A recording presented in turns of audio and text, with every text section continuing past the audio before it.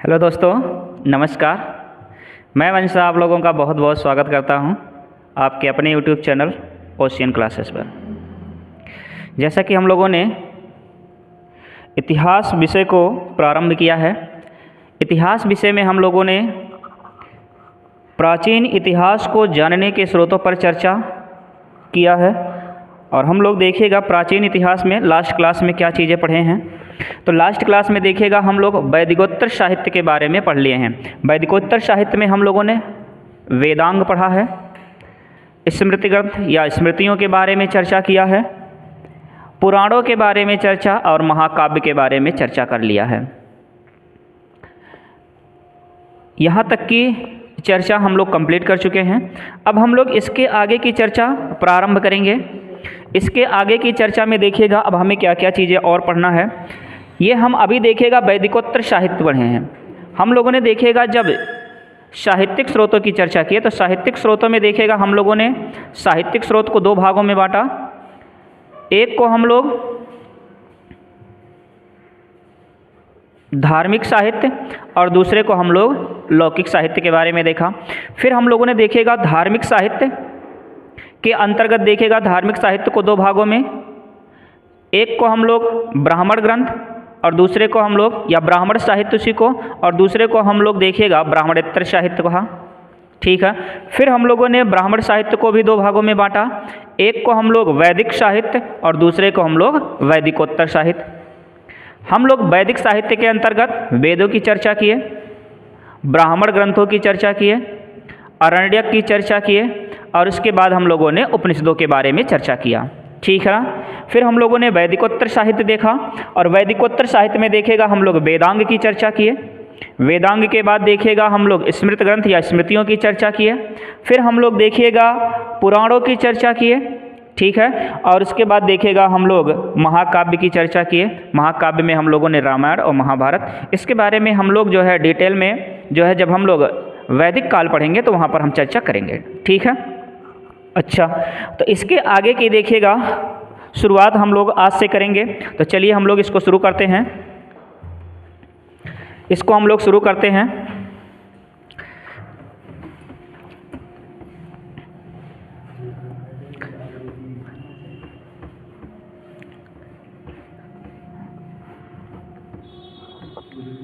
ठीक, चलिए तो हम लोग अब हम आज बात करेंगे देखिएगा ब्राह्मणेतर साहित्य की। ब्राह्मणेतर साहित्य की बात करेंगे। ब्राह्मणेतर साहित्य की बात करेंगे और ब्राह्मणेतर साहित्य में देखिएगा हम लोग इसमें बौद्ध ग्रंथ और जैन ग्रंथों की चर्चा करेंगे। तो सबसे पहले हम लोग बात करेंगे इसमें देखिएगा बौद्ध ग्रंथ की। बौद्ध ग्रंथ में कौन कौन शामिल हैं? बौद्ध ग्रंथ, तो बौद्ध ग्रंथ के अंतर्गत देखिएगा हम लोग बात करेंगे। एक तो देखिएगा हम लोग यहाँ पर पिटक की चर्चा करेंगे और पिटक में देखिएगा हम लोग देखेंगे त्रिपिटक को और त्रिपिटक के अंदर देखिएगा हम लोग पढ़ेंगे एक तो देखिएगा सुत्त पिटक।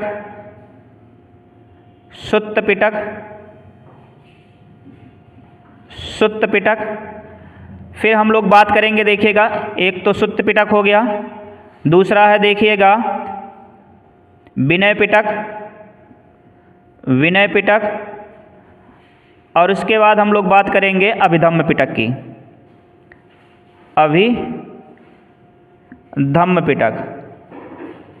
अभिधम्म पिटक।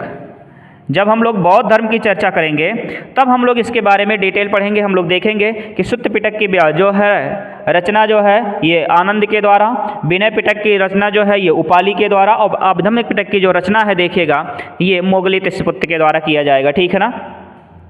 तो बौद्ध साहित्य में देखिएगा एक तो ये हो गया पिटक। इसके अलावा देखिएगा हम लोग और भी देखेंगे और कौन कौन से देखिएगा बौद्ध धर्म के ग्रंथ हैं। तो हम लोग बात करेंगे दिव्यावदान के बारे में। दिव्यावदान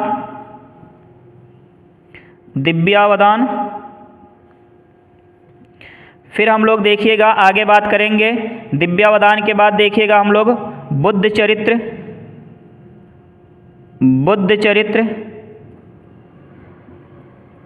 दीपवंश, दीपवंश और महावंश, दीपवंश और फिर हम लोग बात करेंगे महावंश की। ठीक है, तो ये कुछ देखिएगा बौद्ध धर्म के ग्रंथ हैं। आगे हम लोग देखिएगा यहाँ पर जैन धर्म के ग्रंथों की चर्चा करेंगे।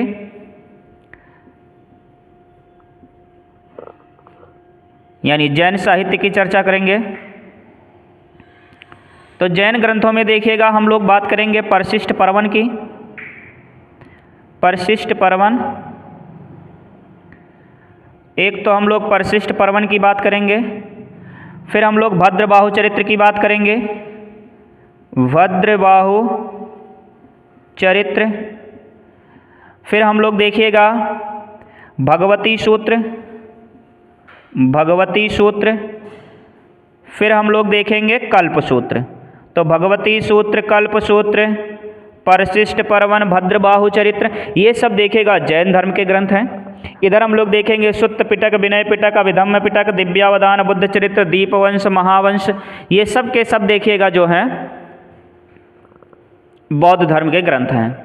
ठीक है, तो ये देखिएगा ब्राह्मणेतर साहित्य में हमें देखे इन बौद्ध धर्म के ग्रंथ और जैन धर्म के ग्रंथों पर चर्चा करनी होती है, जो कि देखिएगा आपके सामने है।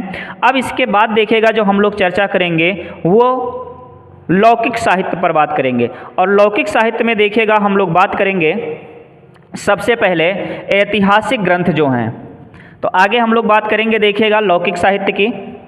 लौकिक साहित्य में हम लोग देखेंगे ऐतिहासिक ग्रंथों के, ऐतिहासिक ग्रंथों को। तो लौकिक साहित्य, हम लौकिक साहित्य में देखेंगे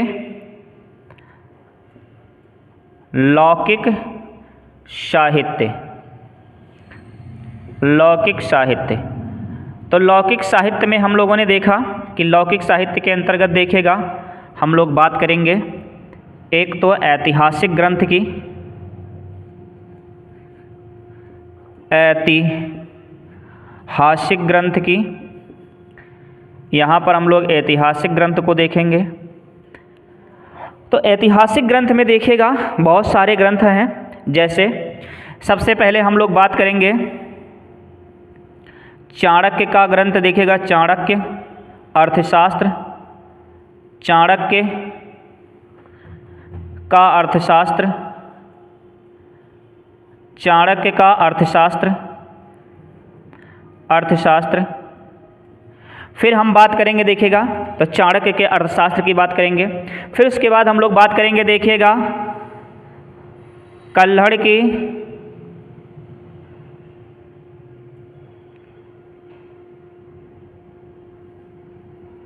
कल्हड़ की राजतरंगिणी,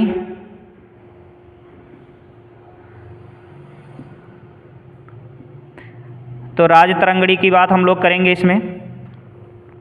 फिर हम लोग देखेंगे पाणिनि की अष्टाध्यायी, पाणिनि की अष्टाध्यायी,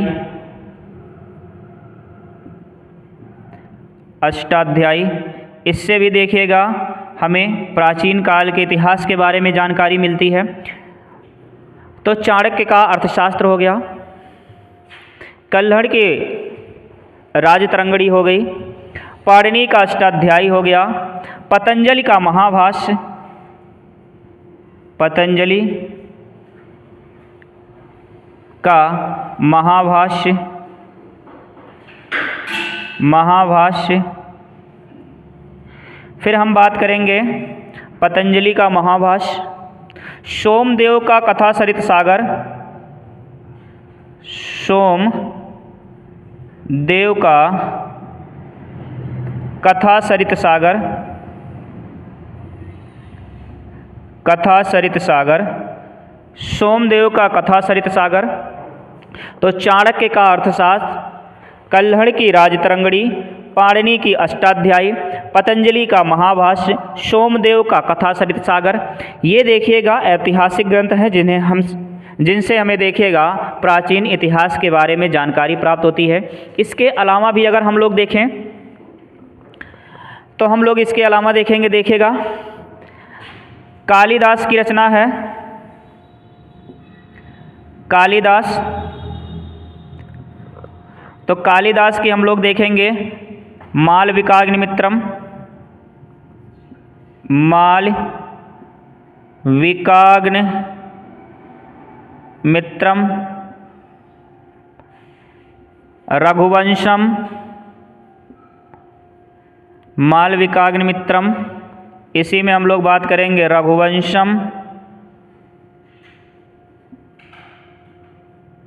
तो मालविकाग्निमित्रम देखिएगा, रघुवंशम, ठीक है ना, ये देखिएगा हो गया। फिर इसके बाद हम लोग देखेंगे बाणभट्ट, बाणभट्ट की हम लोग देखेंगे हर्षचरित और कादंबरी। तो यहाँ पर हम बाणभट्ट की देखेंगे हर्षचरित्र, बाणभट्ट की रचना देखेंगे हर्षचरित्र, और दूसरा हम लोग देखेंगे कादंबरी, कादंबरी, इसकी बात हम लोग करेंगे। तो चाणक्य का अर्थशास्त्र, कलहण की राजतंगड़ी, पाणिनि का अष्टाध्यायी, पतंजलि का महाभाष्य, सोमदेव का कथा सरित सागर, कालिदास का देखिएगा मालविकाग्निमित्रम और रघुवंशम, ठीक है ना। बाणभट्ट की रचना है देखिएगा हर्षचरित्र और कादंबरी। इसके अलावा हम लोग देखेंगे, इसके अलावा हम लोग देखेंगे अगर तो हर्षवर्धन की हम लोग देखेंगे, हर्षवर्धन,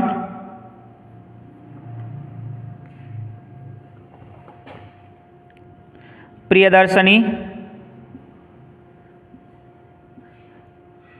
प्रियदर्शनी, नागानंद, नागानंद।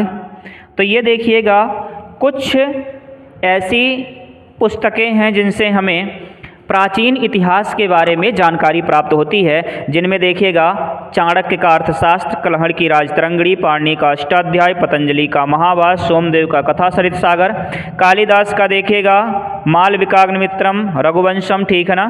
फिर इसके बाद हम लोग देखेंगे बाणभट्ट का हर्षचरित्र, कादंबरी, हर्षवर्धन का देखिएगा प्रियदर्शनी, नागानंद। इस तरह से अगर हम लोग देखें तो ये जो पुस्तकें हैं देखिएगा, इनसे हमें प्राचीन इतिहास के बारे में जानकारी प्राप्त होती है। अब हम लोग थोड़ा सा देखिएगा, ये तो ऐतिहासिक ग्रंथ हो गए या ऐतिहासिक साहित्य की हम लोग बात करेंगे इनके बारे में। अब हम लोग थोड़ा सा देखिएगा जो है संगम साहित्य भी हैं और बहुत ही महत्वपूर्ण है। देखिएगा यहाँ से प्रश्न पूछे ही जाते हैं संगम साहित्य से, तो थोड़ा सा देखिएगा 2-4 ग्रंथों की बात हम लोग संगम साहित्य से करेंगे। आई होप आप लोगों को यहाँ तक समझ में आया होगा, ठीक है। अब इससे आगे हम लोग बढ़ते हैं तो हम लोग संगम साहित्य की चर्चा करेंगे, संगम साहित्य की चर्चा करेंगे। संगम साहित्य, तो संगम साहित्य में देखिएगा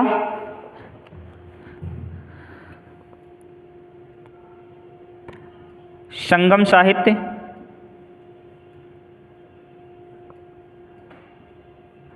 तो संगम साहित्य में हम लोग देखिएगा क्या क्या देखेंगे।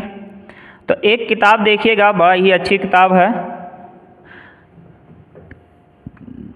इसका नाम है देखिएगा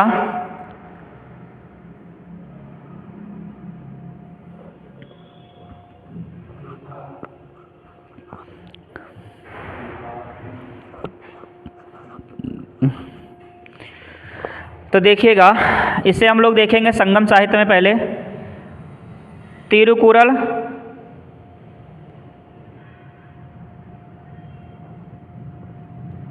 फिर हम लोग बात करेंगे देखिएगा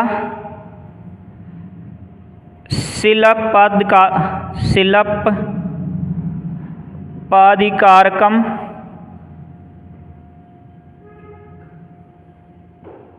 फिर हम लोग बात करेंगे मणिमेखलय,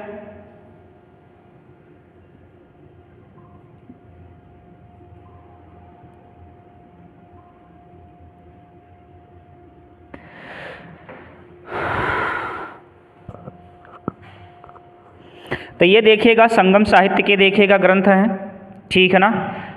ये जो देखिएगा तिरुकुरल है, तिरुकुरल को देखिएगा तमिल, इसे तमिल भाषा का, इसको देखिएगा तमिल भाषा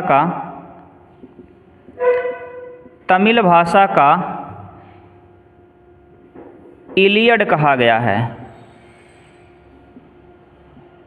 तमिल भाषा, तो आपसे पूछा जाएगा कि तमिल भाषा के इलियड के नाम से देखिएगा कौन सी पुस्तक जानी जाती है, तो आपका आंसर होना चाहिए तिरुकुरल। फिर उसके बाद हम लोगों ने शिलप्पाधिकारकम देखा और मणिमेखले, ये सब देखेगा संगम साहित्य के ग्रंथ हैं। यहाँ से देखिएगा हमें संगम वंश के बारे में जानकारी मिलती है और प्राचीन इतिहास से भी देखिएगा यहाँ पर हमें जानकारी मिलती है। अब हम लोग देखिएगा ये हो गए हमारे साहित्यिक स्रोत। तो साहित्यिक स्रोतों में देखिएगा हम लोगों ने क्या क्या देख लिया। साहित्यिक स्रोतों में देखिएगा एक तो हम लोगों ने ब्राह्मण साहित्य देखा, दूसरा हम लोगों ने देखिएगा इस लौकिक साहित्य को देखा। ब्राह्मण साहित्य में देखिएगा हम लोगों ने क्या क्या देखा, तो वैदिकोत्तर साहित्य देखा। वैदिकोत्तर साहित्य में देखिएगा या वैदिक साहित्य को देखा, तो वैदिक साहित्य में देखिएगा हम लोग वेद को देखा। वेद के बाद देखिएगा हम लोग ब्राह्मण ग्रंथ, आरण्यक और उपनिषद के बारे में देखा। फिर वैदिकोत्तर साहित्य में हम लोग वेदांग की चर्चा की, वेदांग के बारे में देखिएगा हम लोग। उसके बाद हम लोग जो है स्मृत ग्रंथ को देखे, फिर हम लोग पुराणों के बारे में देखे। उसके बाद हम लोगों ने किसके बारे में देखा, तो महाकाव्य के बारे में। फिर हम लोग देखिएगा लौकिक साहित्य पर आए और लौकिक साहित्य में देखिएगा हम लोगों ने ऐतिहासिक ग्रंथ देखे और उसके बाद देखिएगा हम लोग संगम साहित्य को देखें, या ऐतिहासिक साहित्य या संगम साहित्य को हम लोगों ने देखा। और संगम साहित्य के अंतर्गत देखेगा ये कुछ पुस्तकें हैं जिनके बारे में हमें जानकारी है, ठीक है ना, और जिनसे हमें देखिएगा प्राचीन इतिहास के बारे में जानकारी प्राप्त होती है। अब हम लोग आएंगे देखिएगा पुरातात्विक स्रोत पर। पुरातात्विक स्रोत, तो चलिए हम लोग इसके आगे हम लोग बात करेंगे पुरातात्विक स्रोत की। ये हमारा देखिएगा एक जो भाग था स्रोतों का, साहित्यिक स्रोत समाप्त हो गया है। अब हम बात करेंगे पुरातात्विक स्रोत की। तो पुरातात्विक स्रोत अगर हम लोग देखें,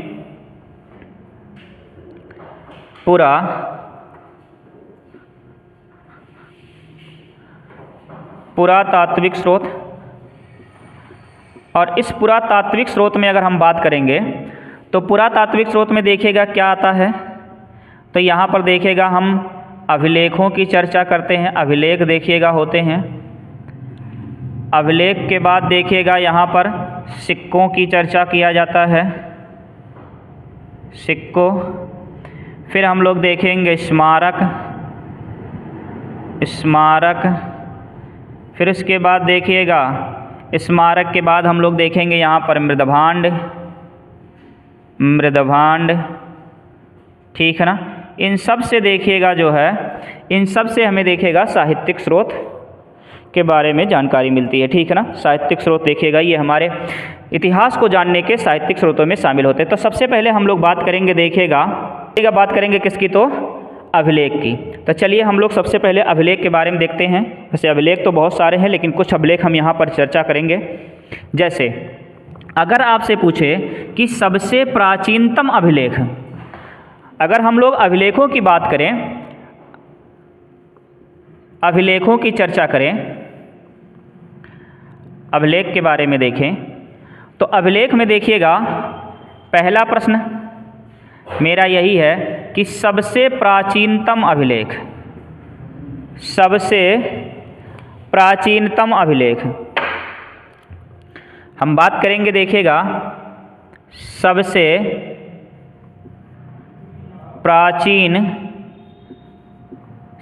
प्राचीनतम अभिलेख कौन सा है।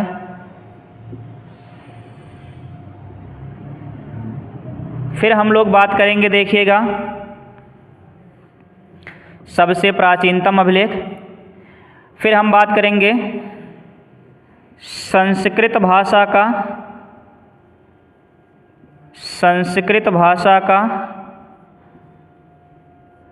प्रथम अभिलेख,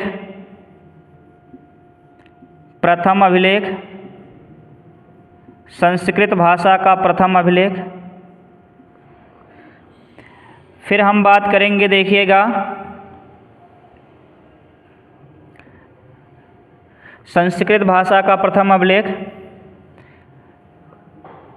फिर हम बात करेंगे देखिएगा हाथी गुफा अभिलेख, हाथी गुफा अभिलेख, अभिलेख ये किसका है? फिर हम बात करेंगे देखिएगा कौशाम्बी,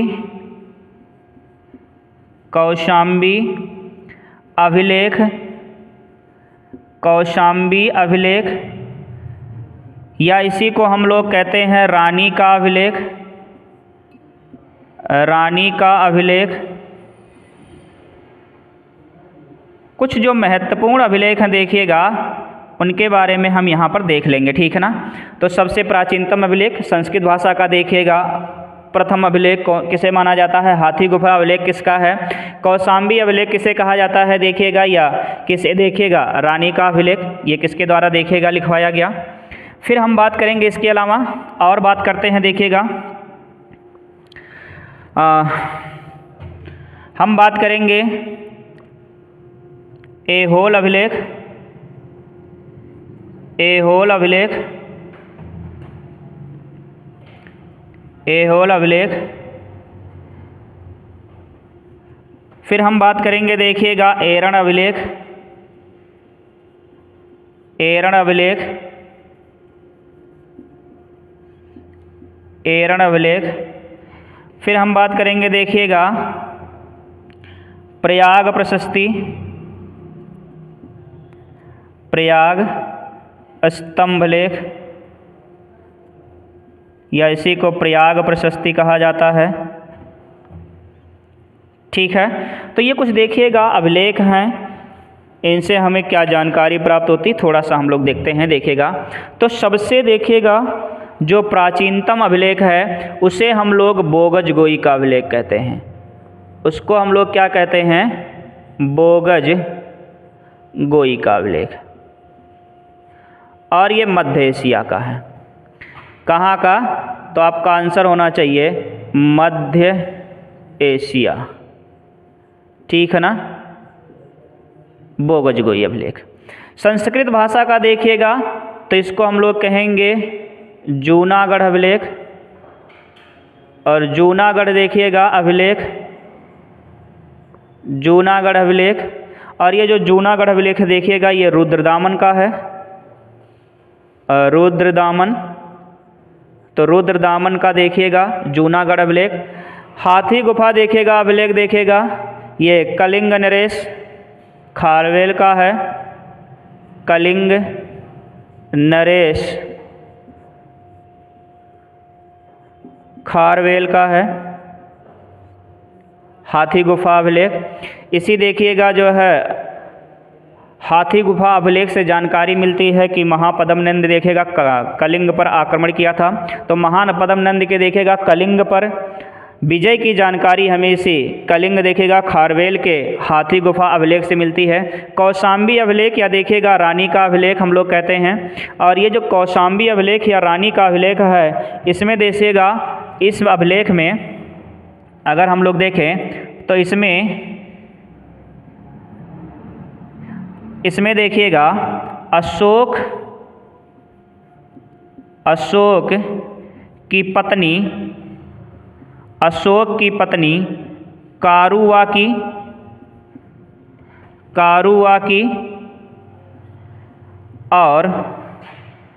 और पुत्र तीवर का वर्णन मिलता है, तीवर का वर्णन। तो इसमें देखिएगा अशोक की पत्नी कारुआ की और पुत्र तीवर का वर्णन मिलता है, इसलिए इसको नाम दिया गया है क्या? रानी का अभिलेख, ठीक है। तो आपसे प्रश्न पूछेगा कि वह कौन सा अभिलेख है जिसमें अशोक की पत्नी कारुआ की तथा पुत्र तीवर का वर्णन मिलता है, तो आपका आंसर होना चाहिए कौशाम्बी अभिलेख, या इसी को देखिएगा क्या नाम दिया गया है? तो रानी का अभिलेख। ये देखिएगा जो अभिलेख है ये कौशाम्बी में था, और इसको देखिएगा प्रयागराज लाने का जो श्रेय है वो अकबर के समय में देखिएगा जहांगीर के द्वारा, ठीक है ना। किसके द्वारा? चलिए, तो अकबर देखिएगा, अकबर के समय में देखिएगा इसको प्रयागराज लाया गया था, लेकिन अकबर के पुत्र का नाम क्या था? ठीक है ना, उसके द्वारा। अब हम लोग बात करेंगे, देखिएगा एहोल अभिलेख। ये जो एहोल अभिलेख है देखिएगा, ये पुलकेशिन द्वितीय का है। एहोल अभिलेख देखिएगा, मैं इधर का थोड़ा सा मिटा दूं, चलिए इधर का थोड़ा सा मिटा देता हूं, इधर देखते हैं। तो हम लोग अगला देखेंगे एहोल अभिलेख। और ये जो एहोल अभिलेख है, एहोल देखिएगा ये पुलकेशिन द्वितीय,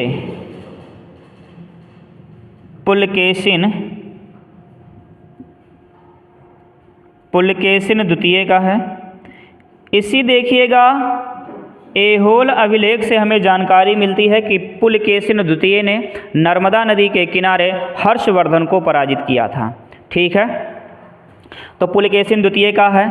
एरण अभिलेख देखिएगा, ये भानुगुप्त का है। और इस एरण अभिलेख से हमें जानकारी प्राप्त होती है कि जो भानुगुप्त का देखिएगा सेनापति था गोपराज। गोपराज की देखिएगा मृत्यु के पश्चात उसकी पत्नी जो है सती हो गई थी, और उसके बारे में देखिएगा जानकारी हमें एरण अभिलेख से प्राप्त होती है। इसीलिए एरण अभिलेख को हम लोग सती का अभिलेख कहते हैं। तो अगर आपसे पूछ लिया जाए कि किस अभिलेख को हम लोग सती का अभिलेख कहते हैं, तो देखिएगा एरण अभिलेख को, इसे हम लोग सती का अभिलेख यानी सती प्रथा का देखिएगा सबसे पहले साक्ष्य अभिलेखों में किस अभिलेख से मिलता है, तो आपका आंसर होना चाहिए एरण अभिलेख। ठीक है, अब हम बात करेंगे देखिएगा प्रयाग प्रशस्ति की, या प्रयाग स्तंभ लेख हम लोग कहते हैं। प्रयाग स्तंभ लेख, ये जो प्रयाग स्तंभ लेख है देखिएगा, ये समुद्रगुप्त के समय में है, समुद्रगुप्त का। ठीक है, इस पर देखिएगा जो लेख है वो समुद्रगुप्त के दरबारी कवि हरिश्चंद्र ने लिखवाया था। ठीक है, तो ये कुछ अभिलेख हैं देखिएगा जिनके बारे में हमें जानकारी थी। ठीक है ना, जिन्हें हम लोग देखिएगा इसके बारे में थोड़ा सा, अभिलेखों को हम लोग उसके साथ साथ देखिएगा, जब हम लोग शासक को पढ़ेंगे ना, तो उनके साथ साथ देखिएगा उनके जो अभिलेख हैं उस पर भी हम लोग चर्चा करते हुए चलेंगे। एक देखिएगा मोटा मोटा हमने आपको यहाँ पर आंकड़ा दे दिया है कि कैसे हमें देखिएगा पढ़ना है। ठीक है ना, इस हिसाब से हम लोगों ने यहाँ पर चर्चा किया है। चलिए, तो इसके बाद हम लोग देखेंगे, तो ये हो गया देखिएगा हमारे पास अभिलेखों वाला जानकारी। अब हम लोग थोड़ा सा देखेंगे सिक्कों के बारे में। तो अगर देखिएगा सिक्कों से भी खूब प्रश्न पूछा जाता है, थोड़ा सा हम लोग यहाँ पर सिक्कों के बारे में देख लेते हैं। जैसे अगर आपसे पूछ लेगा कि सर्वप्रथम देखिएगा, सर्वप्रथम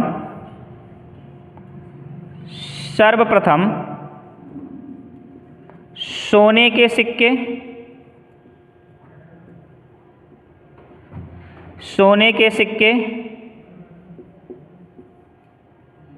जारी,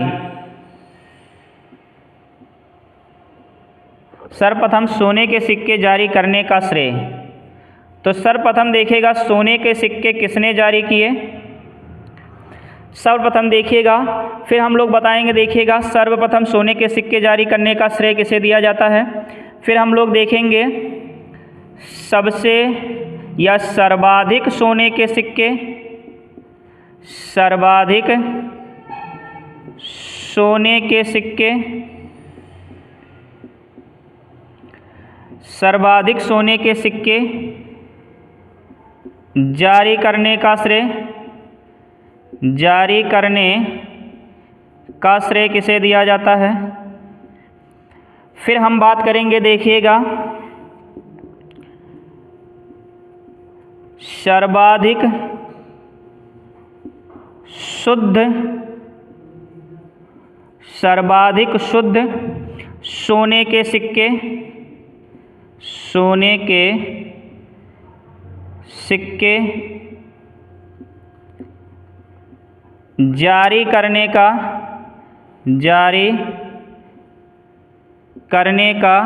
श्रेय किसे दिया जाता है।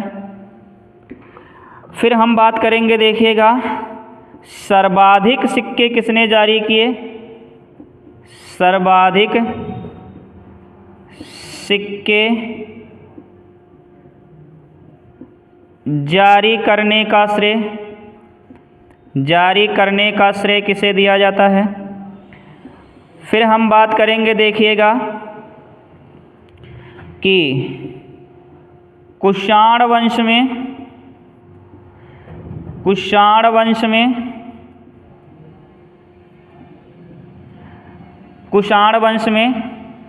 सर्वप्रथम सोने के सिक्के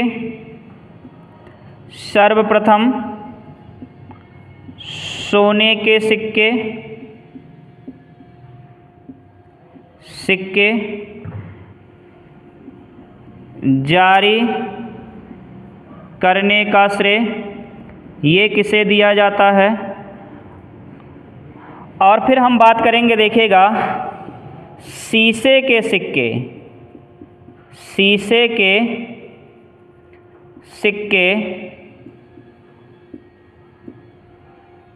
जारी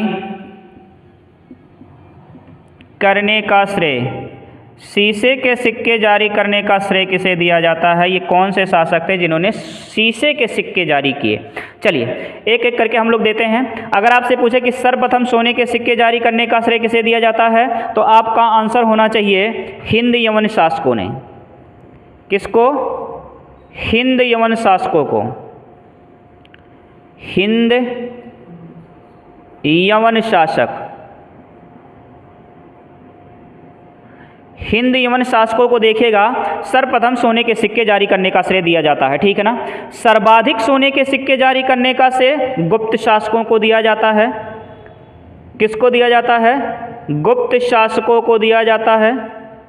सर्वाधिक सोने के सिक्के जारी करने का जो है श्रेय वो गुप्त शासकों को। सर्वाधिक शुद्धता वाली देखिएगा अगर बात करेगा तो सर्वाधिक शुद्ध सोने के सिक्के जारी करने का श्रेय तो आपका आंसर होना चाहिए कुषाणों को दिया जाता है। कुषाण शासकों को। फिर देखिएगा आपसे पूछेगा कि सर्वाधिक सिक्के, देखिएगा जब सोने चांदी की बात नहीं करेगा तो आपका आंसर होगा मौर्य शासकों को।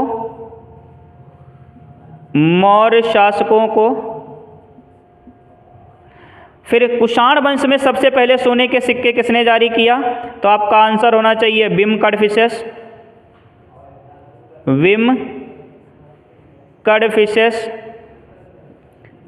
कडफिसेस ने। फिर आपसे कहेगा कि शीशे के सिक्के देखेगा किसने जारी किया, तो आपका आंसर होना चाहिए आंध्र सातवाहन शासकों द्वारा। आंध्र सातवाहन शासकों द्वारा देखिएगा शीशे के सिक्के जारी किए गए थे।